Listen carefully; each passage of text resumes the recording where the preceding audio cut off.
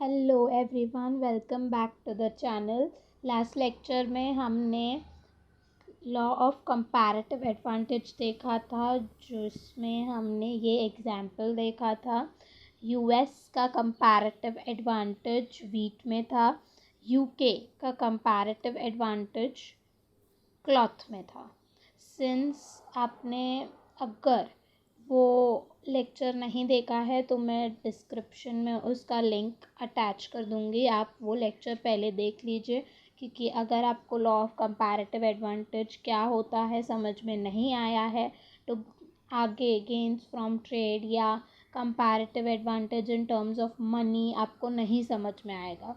So please वो video देख लीजिएगा। कंपैरेटिव एडवांटेज होता क्या है, कैसे है एंड कैसे डिसाइड होता है कि कौन से कंट्री का किस कमोडिटी में कंपैरेटिव एडवांटेज है। आगे बढ़ते हैं। Gains from trade. हम अगर यही वाला एग्जाम्पल लें और हम गेन्स चेक करें कैसे होगा, तो यूएस एंड यूके है, वीट एंड क्लॉथ। हमने जैसे एब्सोल्यूट एडवांटेज का इलस्ट्रेशन देखा था, हम वैसे ही यहाँ पे भी कंपैरेटिव एडवांटेज का इलस्ट्रेशन देख के हम गेन्स फ्रॉम ट्रेड कैलकुलेट करेंगे। और टार्की में अगर यूएस क्लॉथ बना पाता तो वो सिर्फ 4 यूनिट्स बना पाता। If we compare with the table, US autarky situation में अगर ऑटार्की क्या होता है विदाउट ट्रेड, तो US without trade 4 units completely अगर वो क्लॉथ प्रोडक्शन कर रहा है तो 4 यूनिट्स बना पाता। वही लेकिन सिंस इंटरनेशनल ट्रेड में आके they are exchanging 6 cloth for 6 wheat, both US and UK 6 wheat for 6 cloth exchange कर रहे हैं, तो यूएस का कंपैरेटिव एडवांटेज वीट में है। सो वो वीट पूरी तरीके से स्पेशलाइज करेगा वीट प्रोडक्शन में, एंड देन क्लॉथ कुछ भी नहीं बनाएगा। सिंस वो पूरा प्रोडक्शन वीट में कर रहा है एंड 6 वीट वो यूके को दे रहा है, सो यहाँ पे -6 हो जाएगा and we are left with no wheat. US को 6 क्लॉथ यूके से मिल रहा है, सो +6। यहाँ पे एडिशनल कितना आया, एडिशनल आया +2। और टार्की के कंपैरिजन में इंटरनेशनल ट्रेड में आने के बाद यूएस को 2 यूनिट्स क्लॉथ के ज़्यादा मिल रहे हैं। वही अगर ये 6 वीट जो यूके इंपोर्ट कर रहा है यूएस से, तो वो 6 वीट बनाने के लिए उसको कितना टाइम लगता वो इस टेबल से पता चलेगा। वो 1 घंटे में या पर आवर अगर हम देखें तो पर आवर में यानी 1 घंटे में यूके 1 बुशल सिर्फ बना पा रहा है वीट का, तो वैसे ही 6 बुशल्स बनाने के लिए यूके को 6 घंटे लगेंगे, राइट। तो हम यहाँ पे 6 आवर्स लिख देंगे। और टार्की में अगर वो वही वीट जो इंपोर्ट कर रहा है वो खुद बनाएगा तो उसे 6 घंटे लगेंगे वो उतना 6 बुशल्स ऑफ वीट बनाने के लिए। अब अगर वो 6 घंटे इंटरनेशनल ट्रेड में आने के बाद वो स्पेशलाइज करता है अपने कंपैरेटिव एडवांटेज वाले कमोडिटी में विच इज़ क्लॉथ, तो वो उसी 6 घंटे में कितने यूनिट्स ऑफ क्लॉथ बना पाएगा। वो 1 घंटे में 2 यूनिट्स ऑफ क्लॉथ बना पा रहा है, तो 6 घंटे में वो 12 यूनिट्स ऑफ क्लॉथ बना पाएगा या 12 यार्ड्स ऑफ क्लॉथ बना पाएगा। तो यहाँ पे वो उसी 6 घंटे में 12 क्लॉथ बना पा रहा है, जिसमें से अब अगर इंटरनेशनल ट्रेड में आ गया, स्पेशलाइज कर रहा है यूके क्लॉथ बनाने में, वही 6 घंटे वो क्लॉथ बना रहा है, तो 12 यूनिट्स ऑफ क्लॉथ उन्हें मिल रहे हैं। तो उन्हें 6 यूनिट ऑफ वीट इंपोर्ट करके मिल रहे हैं, जिधर से गेन कुछ भी नहीं है। वो ऑटार्की में भी 6 वीट बना पा रहा था, इंटरनेशनल ट्रेड करने से भी उन्हें 6 यूनिट्स मिल रहे हैं। लेकिन क्लॉथ वो जब 6 यूनिट्स दे रहा है, एक्सपोर्ट कर रहा है यूएस को, तो still UK is left with 6 units of cloth with itself. उनके पास अभी भी 6 यूनिट्स बच गए हैं. तो टोटल अगर हम देखें गेन्स फ्रॉम ट्रेड कितना हुआ है, total gains from trade 8 cloth extra है. आप अगर उल्टा भी करेंगे, क्लॉथ के टर्म्स में भी लेंगे तो भी आपको सेम मिलेगा, डिफरेंस कुछ नहीं होगा.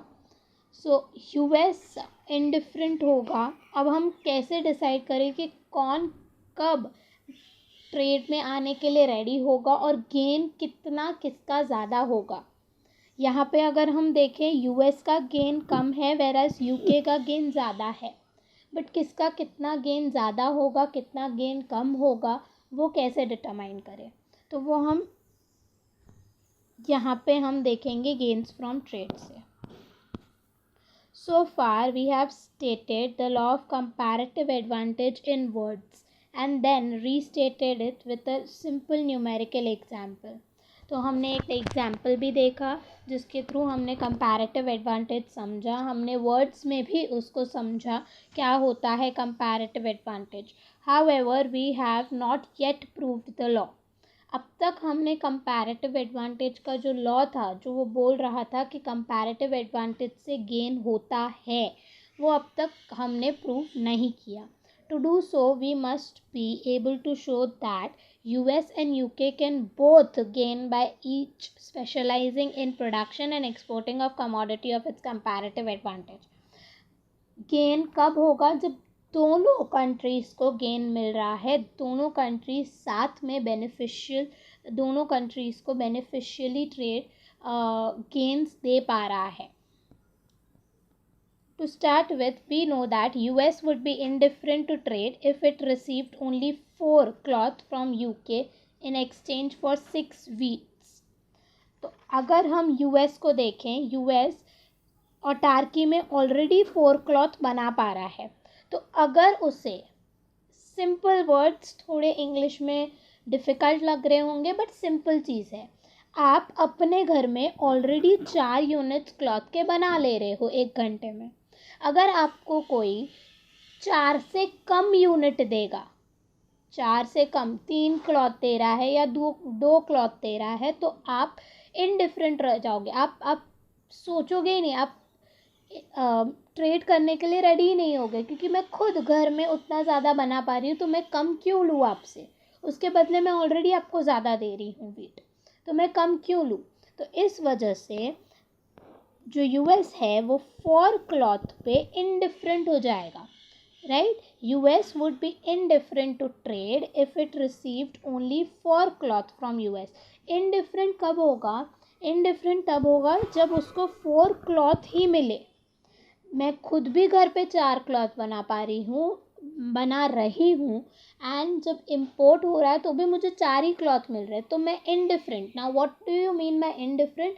मतलब मैं सोच में पड़ जाऊँगी कि क्या मैं ट्रेड करूँ या नहीं करूँ, क्योंकि मुझे सेम मिल रहा है. और वही अगर 4 क्लॉथ से कम मिले, 3, 2 या 1 क्लॉथ मिले, तो शायद मैं ट्रेड ना करूँ. तो वही चीज़ है. मैं एक बार फिर ये रिपीट कर रही हूँ. To start with, we know that US would be indifferent, मतलब कंफ्यूज हो जाएंगे to trade if it received only 4 cloth from UK. तो UK से अगर एक्सचेंज 6 वीट्स दे रहे हैं, उसके एक्सचेंज में सिर्फ 4 क्लॉथ मिल रहा है जो मैं खुद ऑटार्की में बना पा रही हूँ, तो मैं इनडिफरेंट हो जाऊँगी, मैं कंफ्यूज हो जाऊँगी, दूँ कि नहीं दूँ, या ट्रेड में आए कि नहीं आए. Since US can produce exactly 4 cloth domestically by utilizing the resources released in giving up 6 wheats. तो जितना वो 6 wheats गिव अप कर रहे हैं, मतलब एक्सपोर्ट कर रहे हैं, वही 6 wheats के जगह पर वो ऑटार्की में 4 क्लॉथ तो बना ही ले रहे हैं. तो आप अगर 4 क्लॉथ ही मुझे दोगे तो मैं सोच में पड़ जाऊँगी ना, मैं ट्रेड में आऊँ कि नहीं आऊँ. Similarly, UK would be indifferent to trade if it had to give up 2 cloth for each 1 wheat it received from US, and it certainly would not trade if it had to give up more than 2 cloth for 1 wheat. तो एक wheat के लिए अगर उसे 2 cloth देने पड़ रहे हैं, क्योंकि ऑटार्की में अगर हम देखें ऑटार्की में ऑलरेडी उसको 2 क्लॉथ के जगह पर अगर वो 2 क्लॉथ गिव अप कर रहा है तो उसे 1 वीट मिल रहा है। तो 1 वीट के जगह पर अगर उसे 3 क्लॉथ देने पड़े तो वो तो खुद ऑटार्की में बनाएगा, राइट, क्योंकि सिर्फ 1 वीट बनाने के लिए उसको 2 क्लॉथ छोड़ने पड़ रहे थे ऑटार्की में। अब आप बोल रहे हो कि 1 वीट पाने के लिए अब 3 क्लॉथ दो, तो वो तो ना ही बोलेगा, क्योंकि ऑटार्की में मैं सिर्फ 1 वीट के लिए 2 क्लॉथ छोड़ रहा हूँ, मैं 3 क्लॉथ अभी क्यों छोड़ूँ, राइट। तो इस वजह से वो 2 से ज़्यादा अगर आप क्लॉथ बोलोगे देने के लिए तो वो ट्रेड नहीं करेगा यूके। वेराज अगर आप सिर्फ 2 क्लॉथ दे रहे हो, यानी 1 वीट के जगह पर 2 क्लॉथ दे रहे हो, तो वो इनडिफरेंट हो जाएगा, यानी सोच में पड़ जाएगा।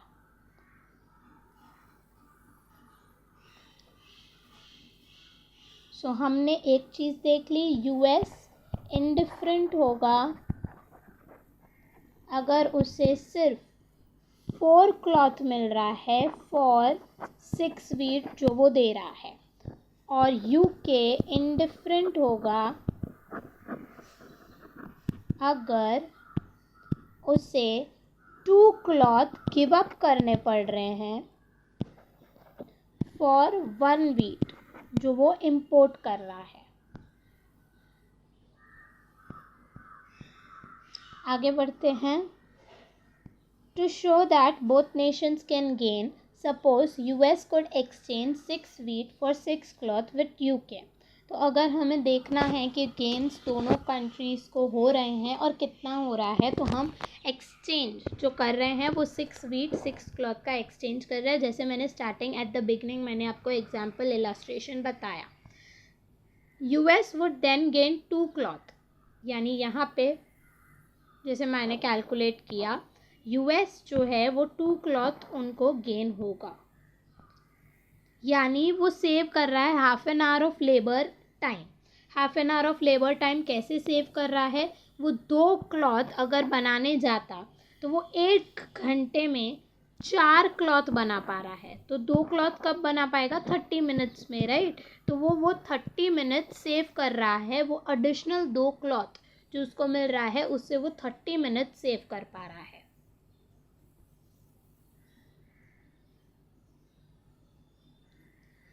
Since US could only exchange 6 wheats for 4 cloth domestically, ये हमें पता है। To see that the UK would also gain, note that the 6 wheat that UK receives from US would require 6 hours to produce in UK। तो यहाँ पे मैंने वही बताया कि अगर वो 6 wheats जो import कर रहा है UK, वही 6 wheats अगर वो domestically बनाता तो उसे 6 hours लगते। The United Kingdom UK could instead use these 6 hours to produce 12 cloth and give up only 6 cloth for 6 wheat for US from the US। तो वही चीज़ मैंने बताई, वो 6 आवर यूज़ करके वो स्पेशलाइज कर रहा है क्लॉथ में, एंड वही 6 आवर्स में अब वो 12 क्लॉथ बना पाएगा, और फिर वो एक्सचेंज करेगा 6 क्लॉथ जो जिससे उसको 6 वीट वो इंपोर्ट कर पा रहा है यूएस से। Thus UK would gain 6 cloth और save 3 hours of labor time। तो यहाँ पे वो 6 क्लॉथ उसका बच पा रहा है और साथ ही साथ वो सेव कर पा रहा है 3 hours ऑल्सो, क्योंकि उसको 6 वीट मिल रहा है साथ ही साथ, तो वो 3 hours भी बचा पा रहा है।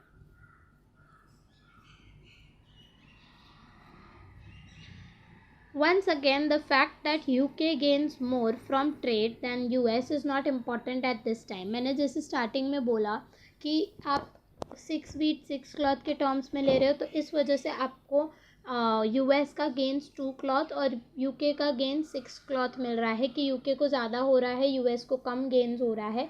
बट अभी के लिए वो इम्पॉर्टेंट नहीं है, हम सिर्फ ये देख रहे हैं कि दोनों कंट्रीज़ गेन कर पा रहे हैं। What is important is that both nations can gain from trade even if one of them is less efficient than the other in production of both commodity। So दोनों गेन कर पा रहे हैं, बावजूद कि one country where in our case UK जो है वो less efficient था दोनों wheat and cloth के production में। We can convince ourselves of this by considering a simple example from everyday life। तो यहाँ पे एक एग्जाम्पल दिया है जिससे उन्होंने बताया है कि ये रियल लाइफ में भी ऐसा ही होता है, तो आप वो रीड कर सकते हो. Returning to US and UK, we see that both nations would gain by exchanging 6 wheat for 6 cloth. हमने देखा 6 wheat 6 cloth अगर एक्सचेंज करें तो दोनों कंट्रीज गेन कर पा रहे हैं. However, this is not the only rate of exchange at which mutually beneficial trade can take place. तो सिर्फ 6 wheat and 6 cloth ही एक रेट नहीं है, अलग अलग दूसरे रेट है जिस पे म्यूचुअली बेनिफिशियल ट्रेड हो पाएगा.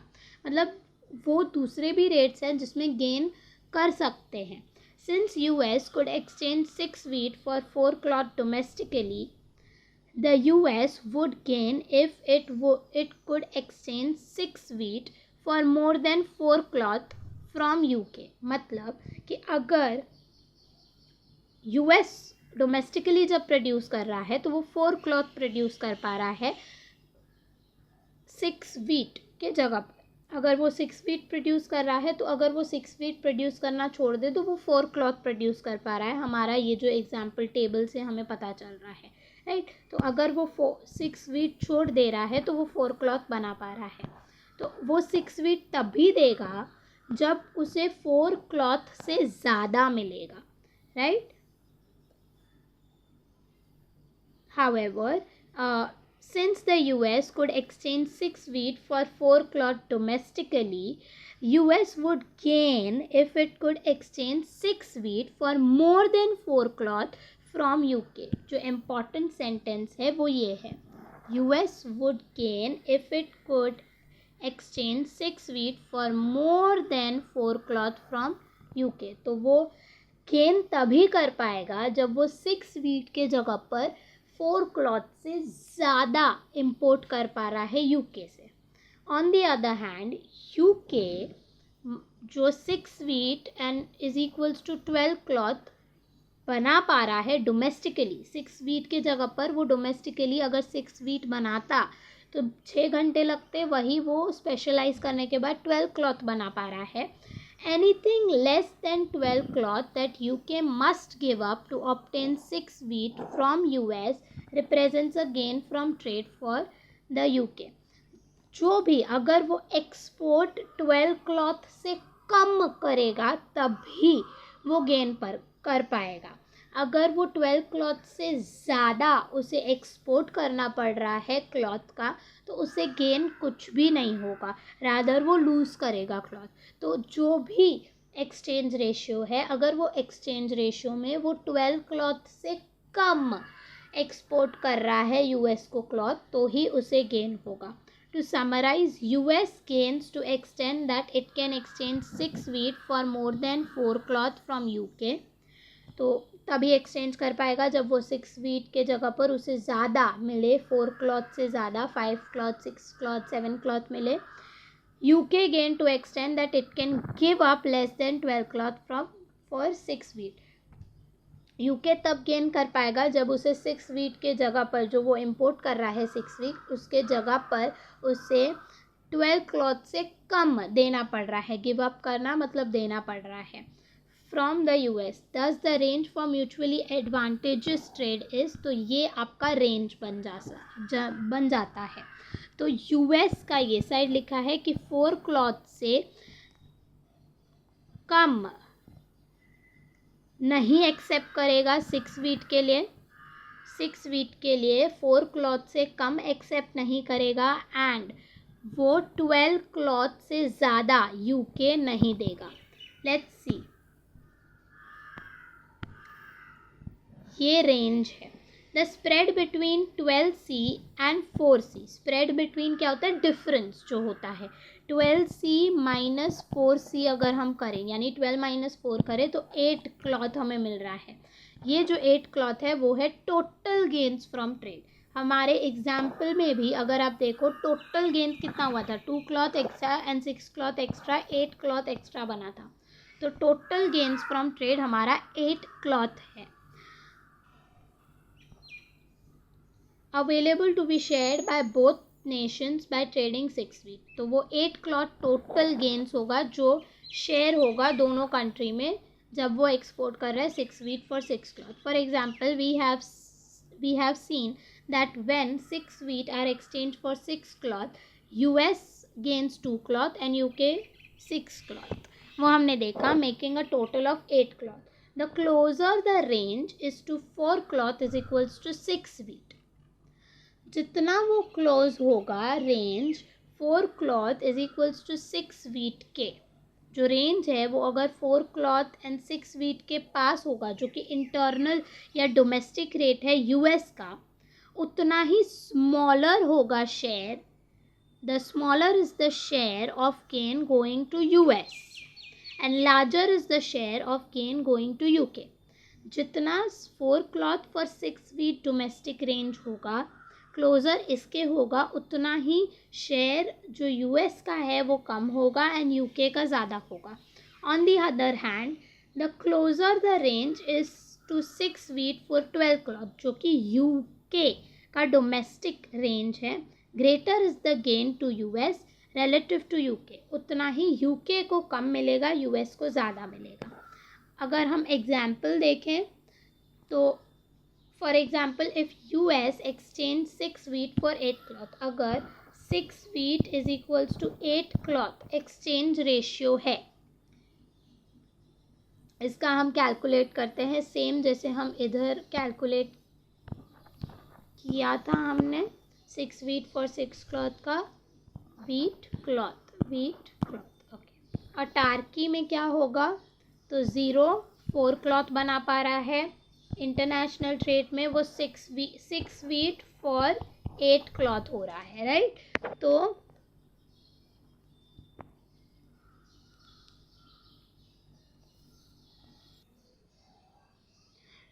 अगर वो 6 वीट स्पेशलाइज कर रहा है 6 वीट बनाने में और 6 वीट गिव अप कर रहा है, ट्रेड रेशियो जो है, ट्रेड रेट जो है वो 6 वीट फॉर 8 क्लॉथ है, वो 6 वीट गिव अप कर रहा है तो उसके पास कुछ नहीं बचेगा.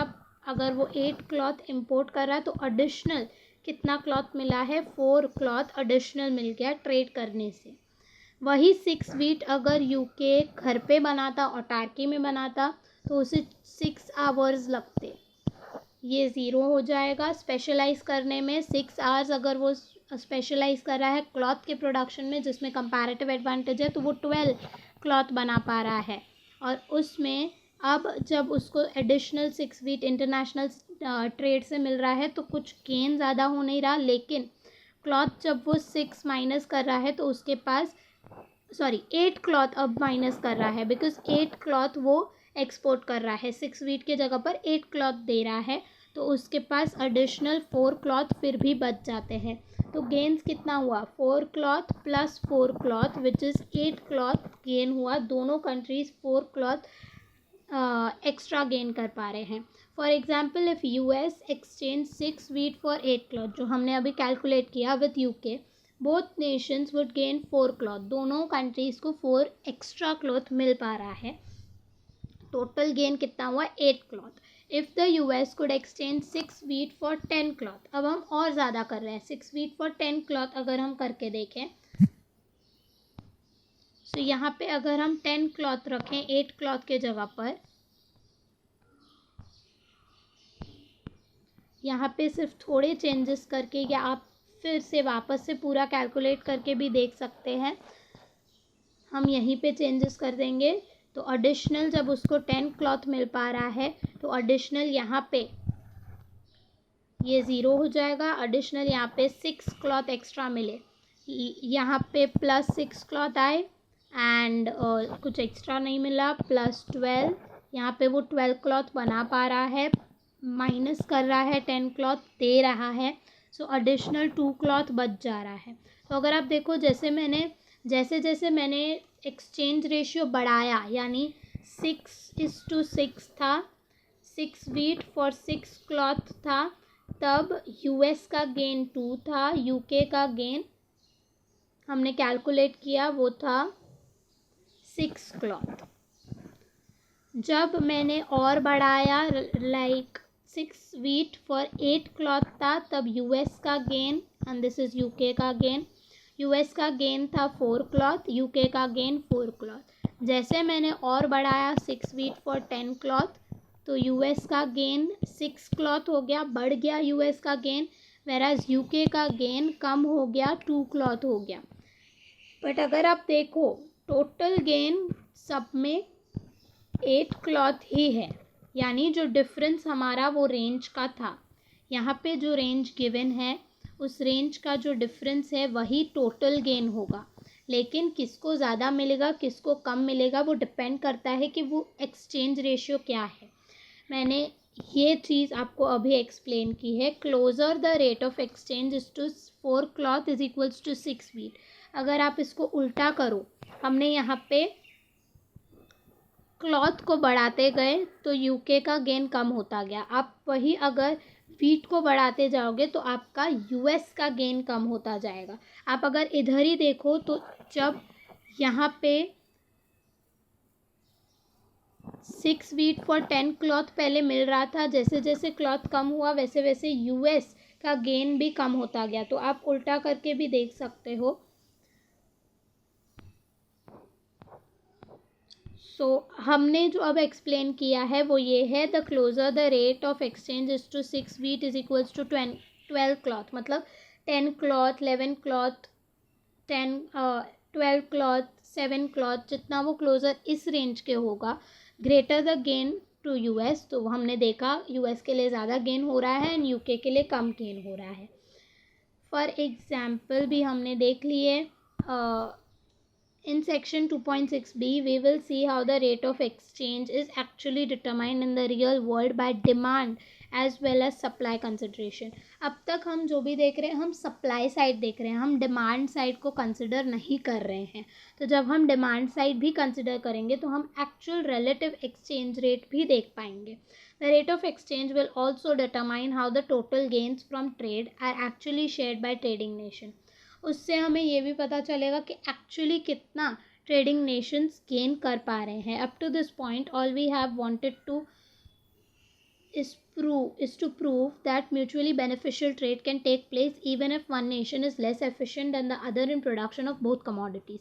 अब तक हमने सिर्फ इतना प्रूव किया है कि दोनों अगर यूके दोनों कमोडिटीज़ में कम प्रोड्यूस कर पा रहा है, मतलब एब्सोल्यूट डिसएडवांटेज है दोनों कमोडिटीज़ में, फिर भी म्यूचुअली बेनिफिशियल ट्रेड हो पाएगा जिसमें दोनों कंट्रीज़ गेन कर पाएंगे। So far, the gains from specialization in production and trade have been measured in terms of cloth. अब तक हमने सिर्फ क्लॉथ के टर्म्स में मेजर किया है गेन्स। आप अगर ध्यान दो 8 क्लॉथ 4 क्लॉथ या 4 क्लॉथ जो गेन हो रहा था, 6 क्लॉथ 2 क्लॉथ 6 क्लॉथ जो भी गेन्स हो रहे थे वो क्लॉथ के टर्म्स में थे। However, the gains from trade could also be measured exclusively in terms of wheat or realistically in terms of both wheat and cloth. तो ये वीट के टर्म्स में भी हो पाएगा एंड रियल टर्म्स में देखिए दोनों कमोडिटीज़ में भी हो पाएगा। This will be done in graphical presentation of law of comparative advantage in section 2.6a। तो वो जब हम ग्राफिकल रिप्रेजेंटेशन करेंगे तो उसमें हम वो देखेंगे जो 2.6a में है। सो यहाँ पे हम इस वाले वीडियो को एंड करते हैं। नेक्स्ट वीडियो में हम case of no comparative advantage देखेंगे। कौन सा केस है जब कंपैरेटिव एडवांटेज हो ही नहीं सकता, बहुत छोटा है, हम उसको फटाफट कवर करेंगे। देन हम कंपैरेटिव एडवांटेज विथ मनी में जाएंगे। आई होप आपको ये एक्सप्लेनेशन अच्छा लगा होगा। Please do like the video, also share it with your friends तो उनको भी अच्छे से टॉपिक समझ में आए, and subscribe to the channel. Thank you.